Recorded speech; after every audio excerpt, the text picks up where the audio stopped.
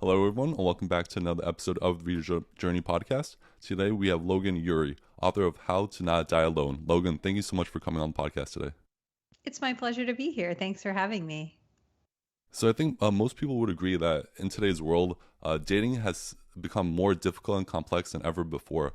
What are some of the reasons you found that modern dating is so challenging?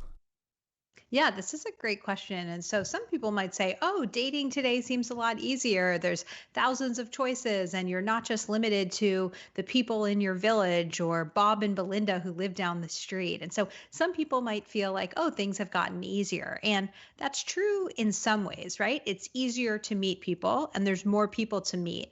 However, in the book, I argue that dating today is harder than ever before. And that's for some main reasons, which include we have higher than ever expectations for relationships. And so in the past, we used to say, okay, I'll get my needs met by a variety of people. I have my community, I have my family, I have my best friend. Now we expect to get a lot of those needs met by one person, met by our significant other. So that puts a lot of pressure on the relationship. We also have very, very high expectations of what relationships should feel like. We expect to be self actualized by our relationship, that our partner will bring out the best in us. We also suffer from something which I'm sure you're very familiar with called the paradox of choice, which is the idea that we're drawn to having options, but that actually more options make us feel depressed, makes it hard for us to choose, and in some ways leads to decision paralysis where, we make no decision at all because we're so overwhelmed. And so what happens is, yes, there's way more people to choose from, but because we're putting so much pressure on relationships, because we don't have relationship role models, many of our parents are divorced, because we suffer from this analysis paralysis, decision paralysis, I argue that it's actually harder than ever to find a partner and to actually know how to commit to them. Yeah, and that's such an interesting point because you would think like with technology now and you have so much more options, so many more people to choose from, you'll find that, that one person that's meant for you a lot sooner. But actually what I found, especially talking with a lot of my friends, like there's so many people out there, you don't know when like you made the right choice, or it's like if the relationship isn't working out, you could always find something new. And it's kind of like this paradox of, like you said, the paradox of happiness and having too much to choose from. Exactly. Yeah. And so if the question were, is it easier to meet someone now than in the past? Then the answer would definitely be yes. And that's particularly true in what we call thin markets. So those are things like people over 50, where it's harder to know who's single, people in the LGBTQ plus community, people who live in rural communities, right? It's absolutely easier for all of us to find someone. And but then the question becomes, okay, well, that's only step one. Step one is finding one. Step two is knowing who to choose, who to commit to, and how to make it work. And so the argument is it's now much harder to figure out that second piece. Totally. And I think so one of my favorite chapters in your book is the one about where you talk about how like Disney and like all these fairy tales that Hmm. we grew up on, it's not like a reasonable or like rational way to look at like love. And like too many people think that finding that one person is kind of like the hard part, but that's not really the truth of dating, is it? Yeah, exactly. So that's something that I call the happily ever after fallacy. And this is the idea that the hard work of love is not just finding someone. Yes, that is the hard part, but there's many more hard parts. There's making it work, there's keeping the love alive, there's understanding that relationships go through different phases, there's navigating the ups and downs. And so, yes, finding somebody is challenging, but that's not when the hard work ends. And Alex, I'm curious, did you take the quiz in the book about your dating tendency? Yeah, so I'm a maximizer, which is kind of accurate. I'm always trying to like do the most or kind of do the best I can. So I love it if you could kind of just like explain those, Three dating tendencies, yeah, yeah. three dating tendencies. Sure. And also, I mean, I guess it doesn't surprise me that somebody who runs a podcast about books would be a maximizer, right? You're interested in research, you're always trying to learn. And Yeah. sure, so for your listeners, what I did was when I was working as a dating coach, seeing people one on one, I noticed that my clients came from all different walks of life, but that they tended to have certain things in common and they tended to suffer from the same dating blind spots. And a dating blind spot is an attitude or a pattern of behavior that holds you back from finding love. But the important thing is you can't identify it on your own. And so I categorize these dating blind spots into something called the three dating tendencies. And so each one of them suffers from unrealistic expectations. And so the first one is the romanticizer, and they have unrealistic expectations of relationships. And this is what you're talking about with Disney. So they love love, they believe in the soulmate, they're waiting for love to find them. And they have this very idealistic view of how love is going to work, how their partner is going to find them, how they don't have to put effort in. And so the issue with the romanticizer is that sometimes they're not willing to put effort into finding love. They expect love to happen to them. And once they're in a relationship, they expect love to be effortless. And then when love isn't effortless, they say, this must be the wrong relationship for me, because if this were truly my soulmate, it would be easy. The second one is the maximizer, which you said you are. This is the person who has unrealistic expectations of their partner. This is the one who says, I'm happy with my girlfriend, but could I be 5% happier with somebody else? Could I find someone who's 10% more ambitious, 10% hotter? There's always a what else is out there. I want to turn over every leaf. I want to really explore all my options before I make a commitment. And the issue with the maximizer is that in reality, you can't date everyone out there. Eventually, you have to have high standards, fulfill them, and then commit. But you're never going to date every possible person in the world. And the last one is the hesitator. And the hesitator has unrealistic expectations of themselves. And this is the person who says, I'll be ready to date, dot, dot, dot. I'll be ready to date when I lose 10 pounds, when I have a more impressive job title, when I finally move and clean up my apartment. And they always feel like love is conditional and that they're just not ready to put themselves out there yet. And that one day they'll magically wake up and be ready. But the truth is that no one's ever 100% ready for anything. No one's ever 100% ready to date. And by waiting, you're missing out on the chance to get better at dating, and you're missing out on the chance to figure out what kind of person you want to be with long term. Yeah, and that's one aspect of your book that I really enjoyed. It's like not only are you learning about dating relationships, you're also learning what kind of person you are, and like maybe what's holding you back, or maybe what are you doing wrong, like the dating process. So I really enjoyed like the exercises and like the quizzes you have to learn about yourself, and maybe like I mentioned, like what might be holding you back from finding a person that's a good match for you. Yeah, absolutely. And so continuing down this kind of trend of like what might be holding you back from dating. I really enjoyed the chapter about attachment styles, because I think this is a term like that's thrown around a lot, but I never really understood it until I read your book, and I think you did a great job of explaining like different attachment styles. So would you mind explaining that to listeners and how it could affect their dating life? So, attachment theory is one of the most rigorously researched elements of relationship science, which is the study of how love works, how attraction works, how dating works, etc. And so, the idea here is that it's actually based on developmental psychology. It's based on experiments that were done decades ago looking at how kids related to their primary caregiver. But that research has carried on into our understanding of adult romantic relationships. And so there's basically three main types. There's somebody who's anxiously attached. If you're anxiously attached, then you have a fear of your partner abandoning you. And you are very focused on being in touch with your partner, texting them a bunch of times, text me when you land, text me when you get to the concert. You constantly want to be in touch, and you're afraid of people kind of pulling away from you. The second type is somebody who's avoidant attached, and there's a fear that you're going to be smothered by the relationship. And so you're constantly advocating for your own independence. And so these might be people who say, I need to get out of this relationship. I have to focus on work, or I feel like you're all over me and I don't have any time for myself. And these are people who are constantly pulling back. And then in the middle is somebody who's securely attached. And so these are people who are comfortable with intimacy, but also comfortable with their independence. And so they want to be close to you, but they also need their own space. And so what happens is that securely attached people are around 50% of the population, but unfortunately, fortunately or not, they get snatched up into relationships, and they tend to stay in them because they're good at making relationships work. So what you have is you have people who are anxiously attached dating people who are avoidant attached in something called the anxious avoidant loop.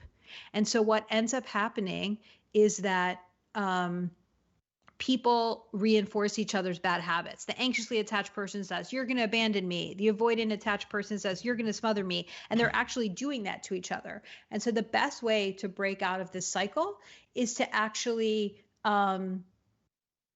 either try to date a secure person and break the pattern, or try to become more secure yourself. And the way that you can do that is by understanding, what are my triggers? What are the things that happen to me that make me freak out and send 30 texts? What are the things that happen to me that make me say, we need to break up, I need my space? And so really, when I see people make progress, it's when they identify their attachment style and then they're able to make concrete changes to their own dating lives to actually take control and say, I'm no longer going to participate in this unhealthy, irrational, anxious avoidant loop. And that's when they're actually able to create a new pattern and get into a healthy relationship. Yeah, and I really enjoy that aspect of like kind of self reflection. It's like if something's like triggering you, like where's it coming from? How's it affecting me?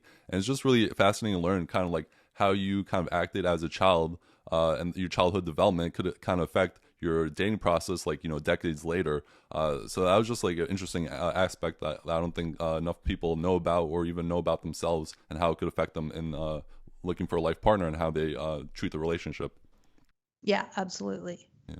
And I want to continue down this trend. We talked a little bit about how kind of the myths we learned from Disney and fairy tales, and you talk about the spark, which I know is like a topic you're passionate about. So can you share like a few myths around the spark and why people should look for a slow burn instead? Yes, this is one of my favorite chapters of the book. And I don't know if you cursed on your podcast, so I'll just say F the spark. But the idea here is that, setting people up on dates, being a dating coach, hearing about people after they go out. I hear this story so often. I met up with this girl. She was wonderful. I really liked her. We had a great conversation. It was a good date. I'm not going to see her again. I would say, what happened? What are you talking about? And they would say, I just didn't feel the spark. And so the idea here is that we have become obsessed with this idea of the spark, this all encompassing word that means instant chemistry, pang of excitement, immediate unicorns and rainbows and puppies. And what I found is that way too often people are rejecting partners that could be potentially great matches long term because they didn't feel this instant spark. And so in the book, I debunk three main myths of the spark. And the first one is that the spark, you either feel it or you don't. It can't grow over time.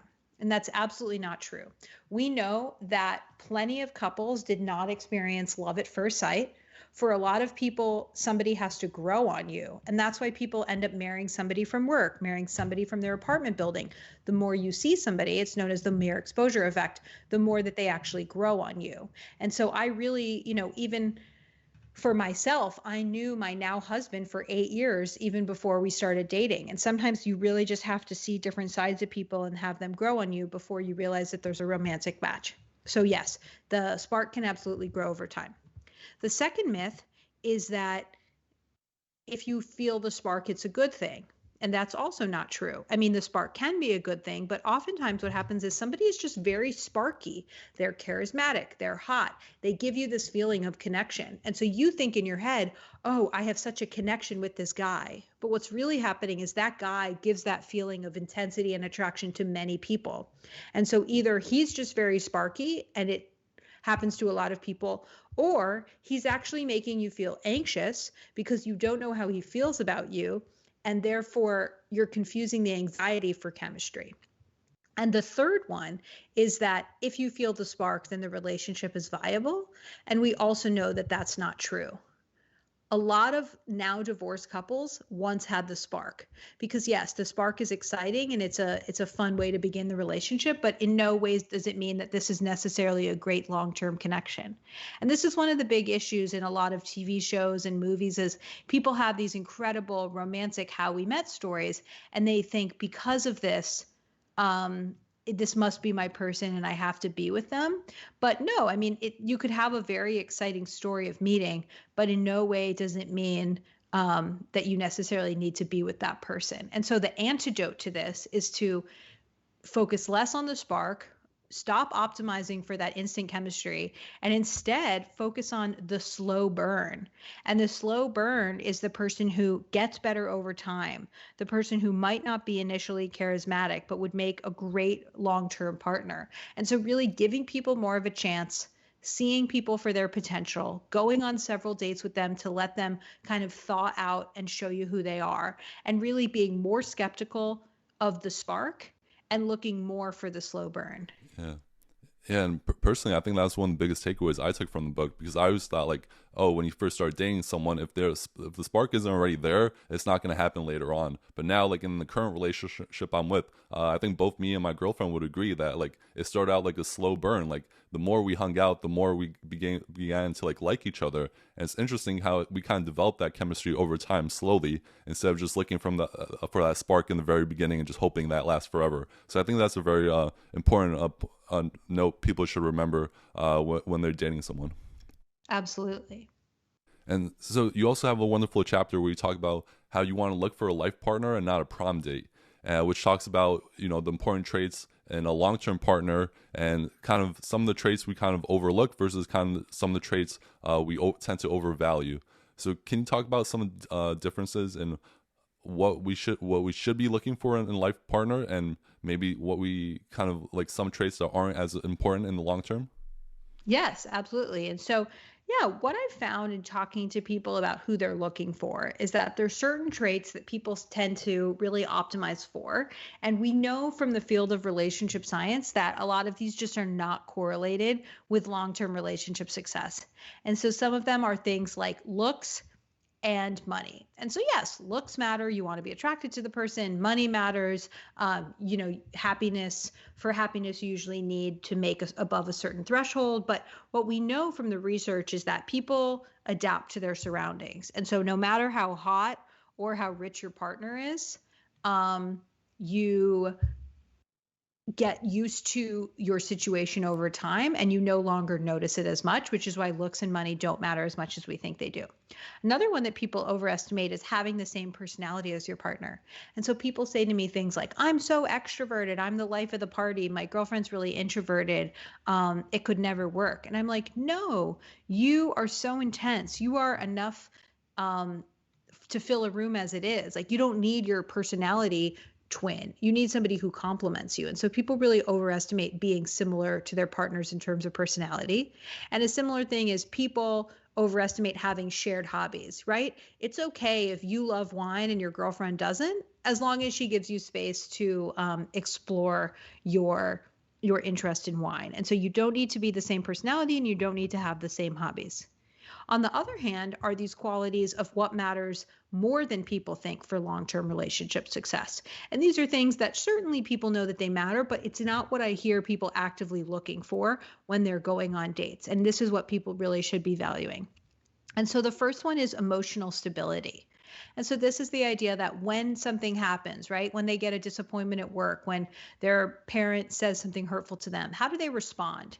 Do they take a minute and do they think of a thoughtful way of responding, or do they just react right away? And so in that moment is when you can really see if somebody's emotionally stable based on how they react to triggers.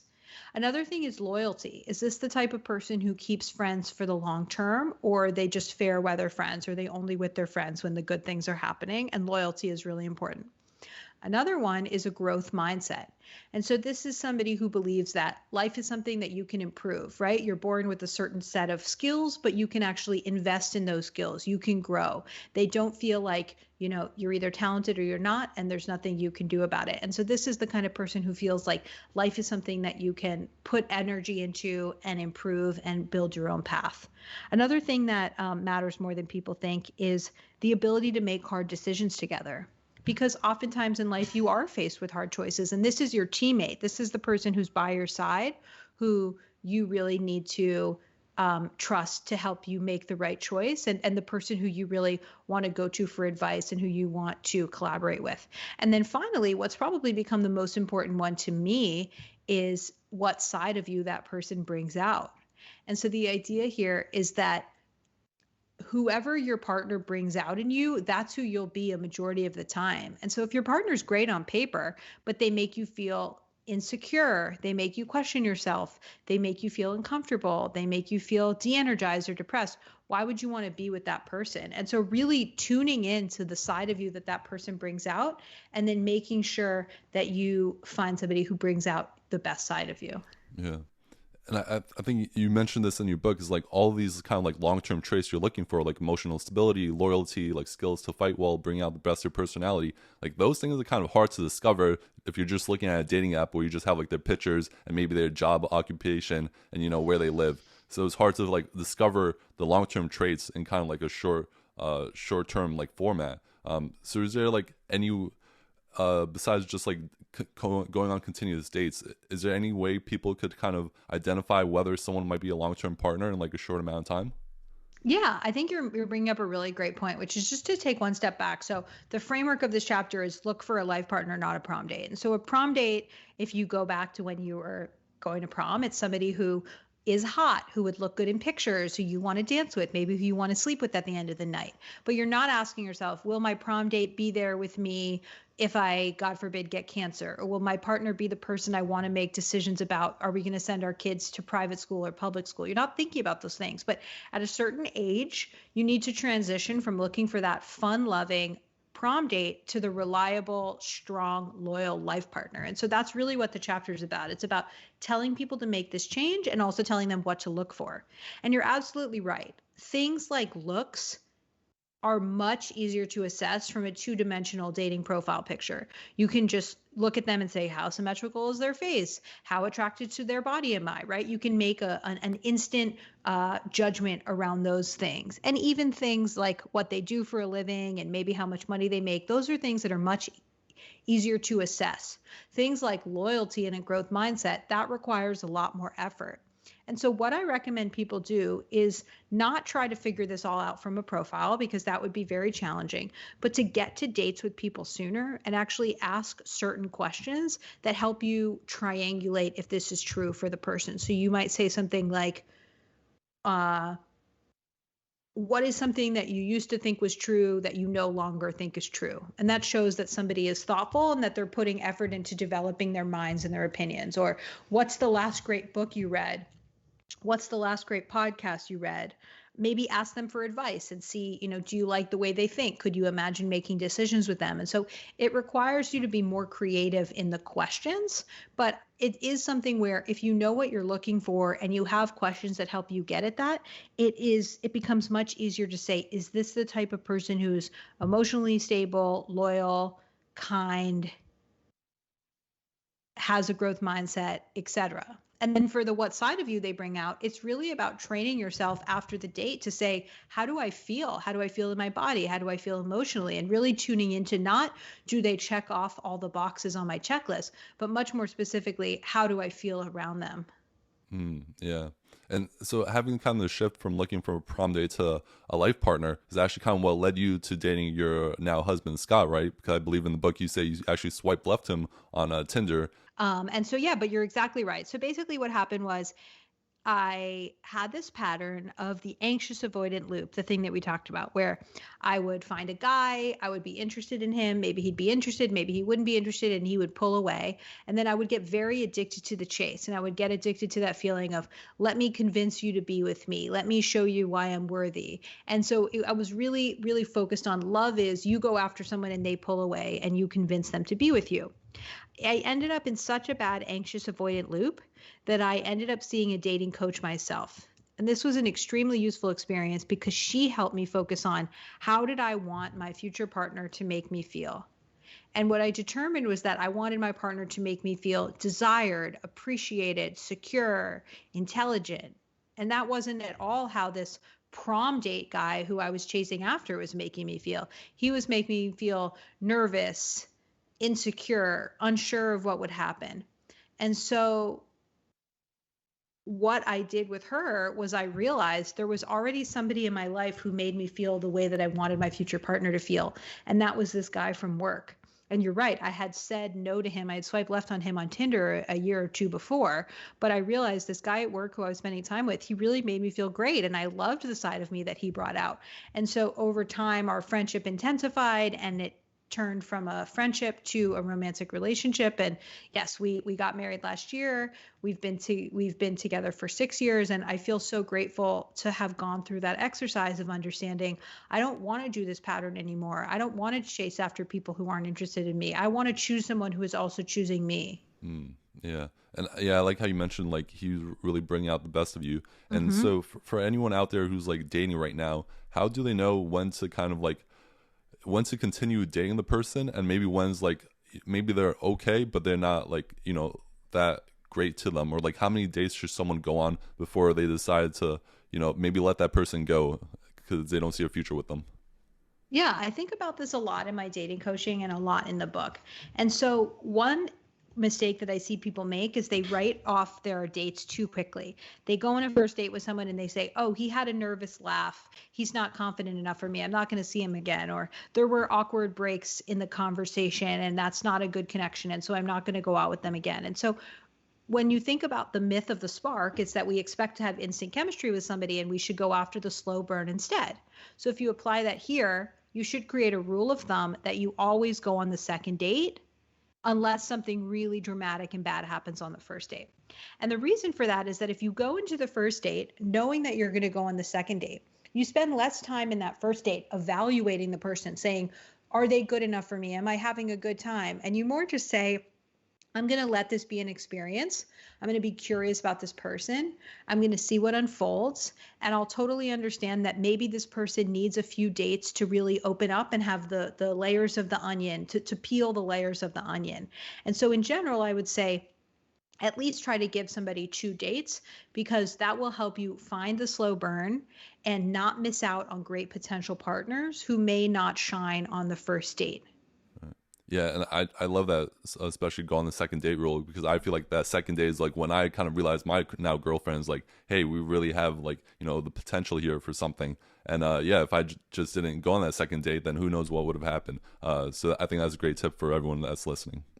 Thank you. Yeah. So is that something where it took you 2 dates to like her or it took her 2 dates to like you? I think we would both say it took us both 2 dates.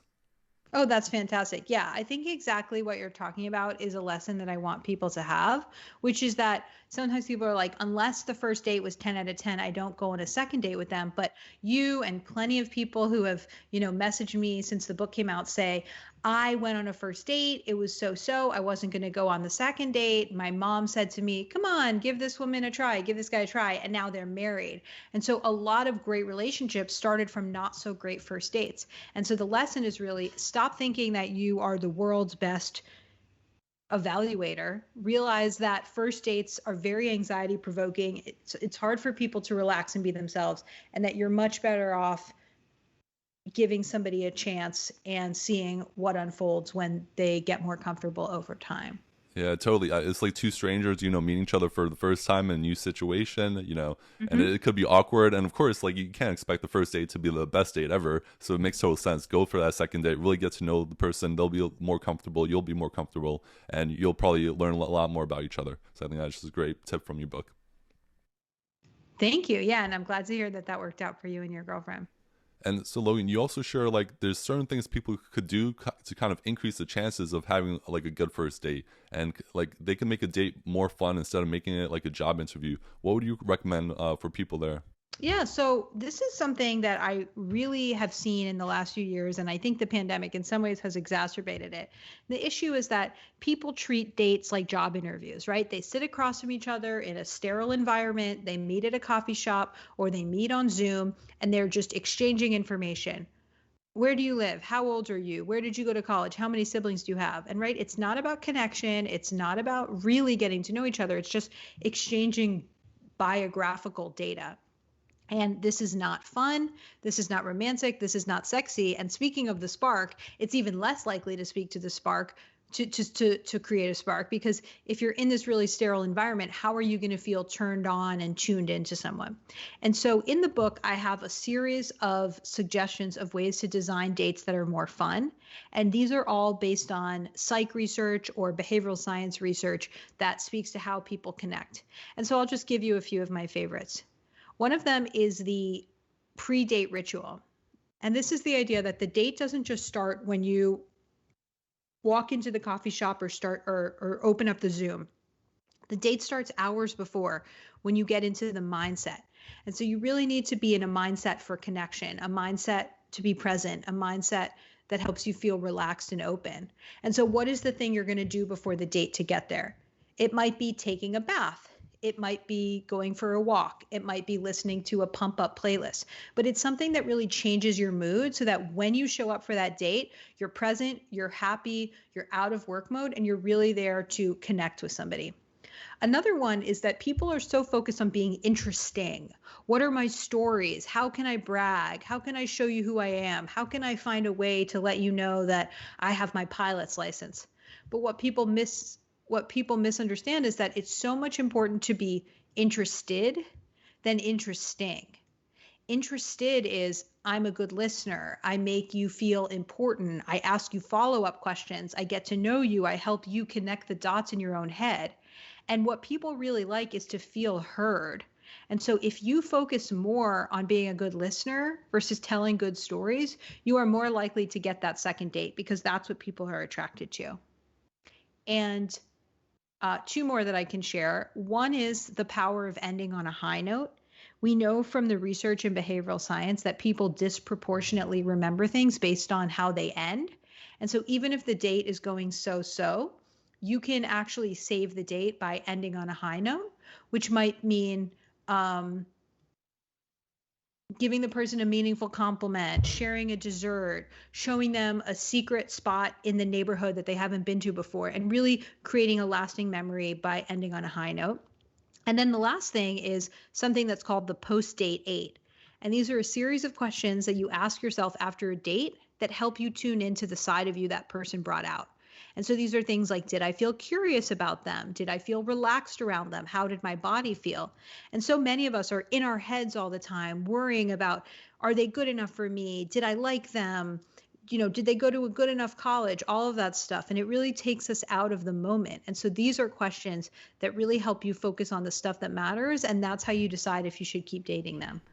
Yeah, I really enjoy the post date eight. It's kind of evaluate reflecting on the date process, and yeah, hopefully, it's not like an interview, but it's also like reflecting on how did they make you feel, what did you enjoy about them, and it's just a new way of looking at the date instead of like, oh, what are their credentials, where they're from, and some of that information that's not as important in the long term.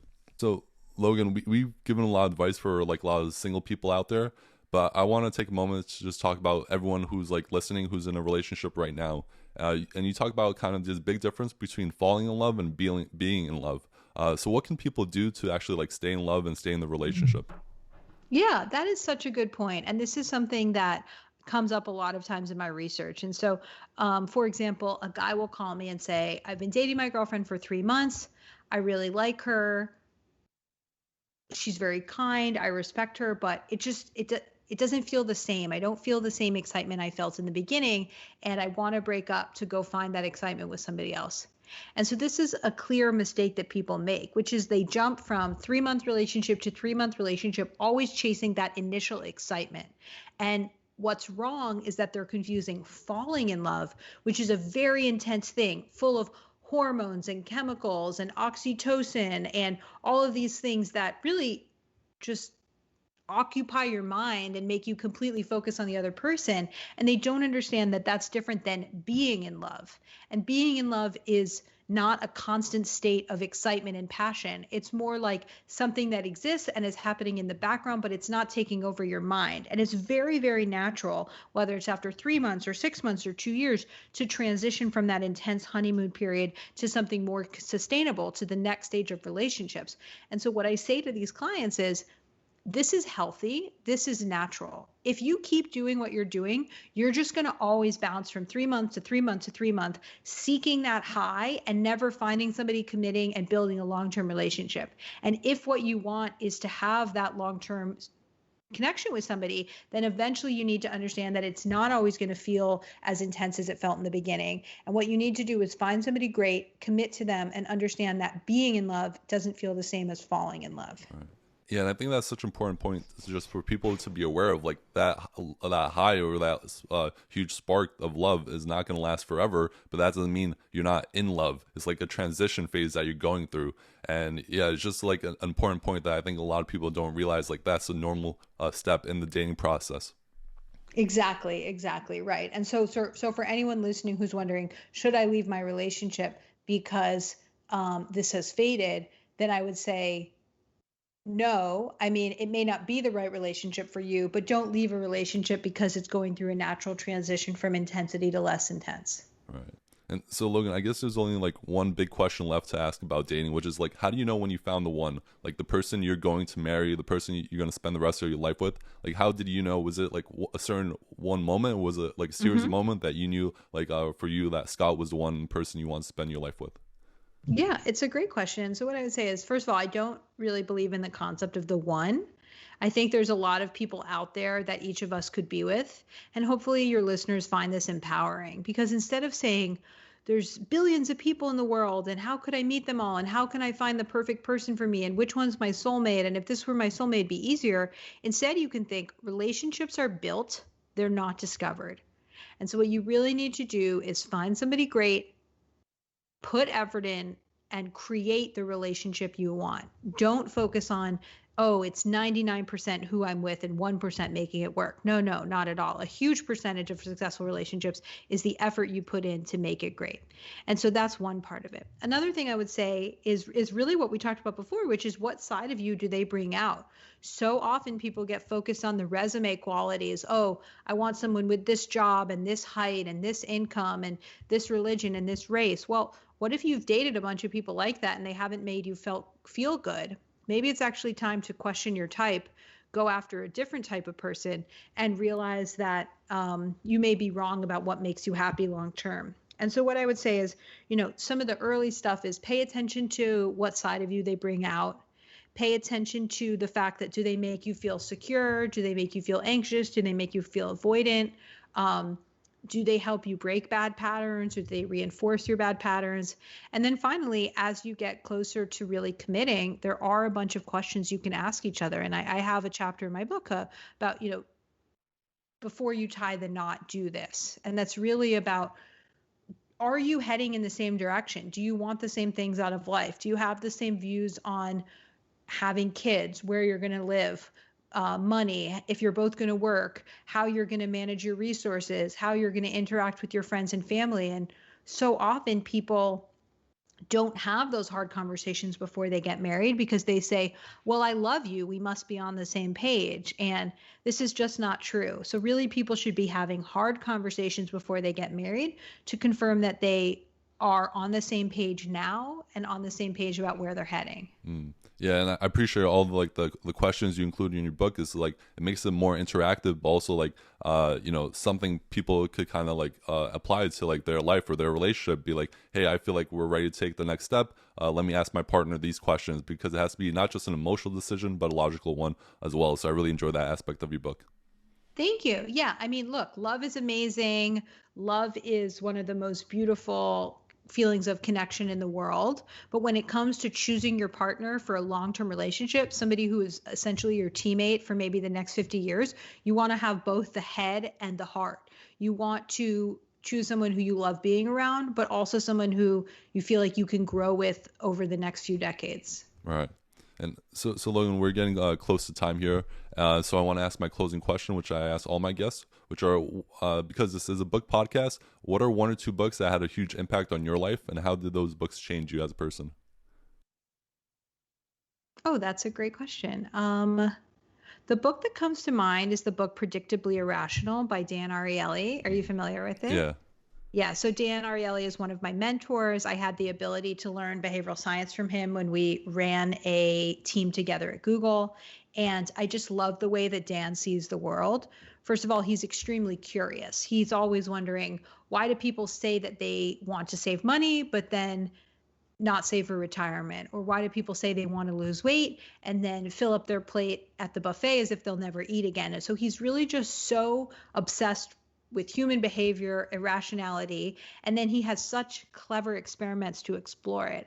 And so working with Dan is really the inspiration for my book, because I've taken a lot of the ways that he thinks and approaches the world and I've applied them to dating. And so it was really reading that book and having the opportunity to learn directly from Dan that I was able to come up with my philosophy for love, which is that a great relationship is the culmination of a series of good decisions, and that you have to make good decisions to propel yourself into a good relationship.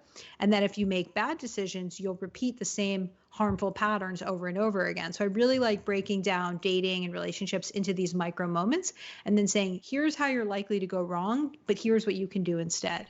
Right. Yeah, and I love the Dan's book, and his TED Talks are great too. Thank you for recommending that to listeners. And so, Logan, I know everyone listening, if they want to like connect with you or learn more about you and your work, where's the best place for them to go? Yeah. So the first thing is, if people were interested in what we talked about today, they can check out my book, How to Not Die Alone.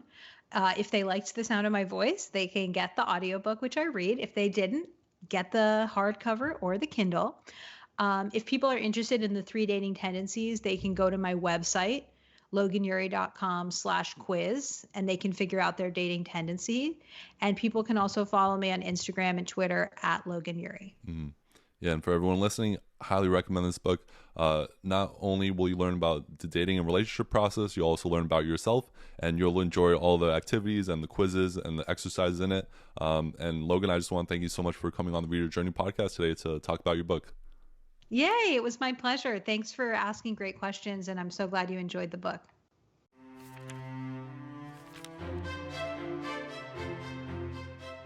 Hey everyone, I hope you enjoyed this episode of The Reader's Journey.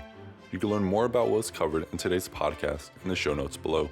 If you enjoyed this podcast, the best way you can support it is by subscribing and leaving a positive review. If you're looking for reading tips or book recommendations, head over to alexandbooks.com. If you want to join my reading journey, you can follow me on Instagram and Twitter by searching for Alex and Books. That's all for now. Thank you so much for listening, and I hope to see you soon. Read on, everyone.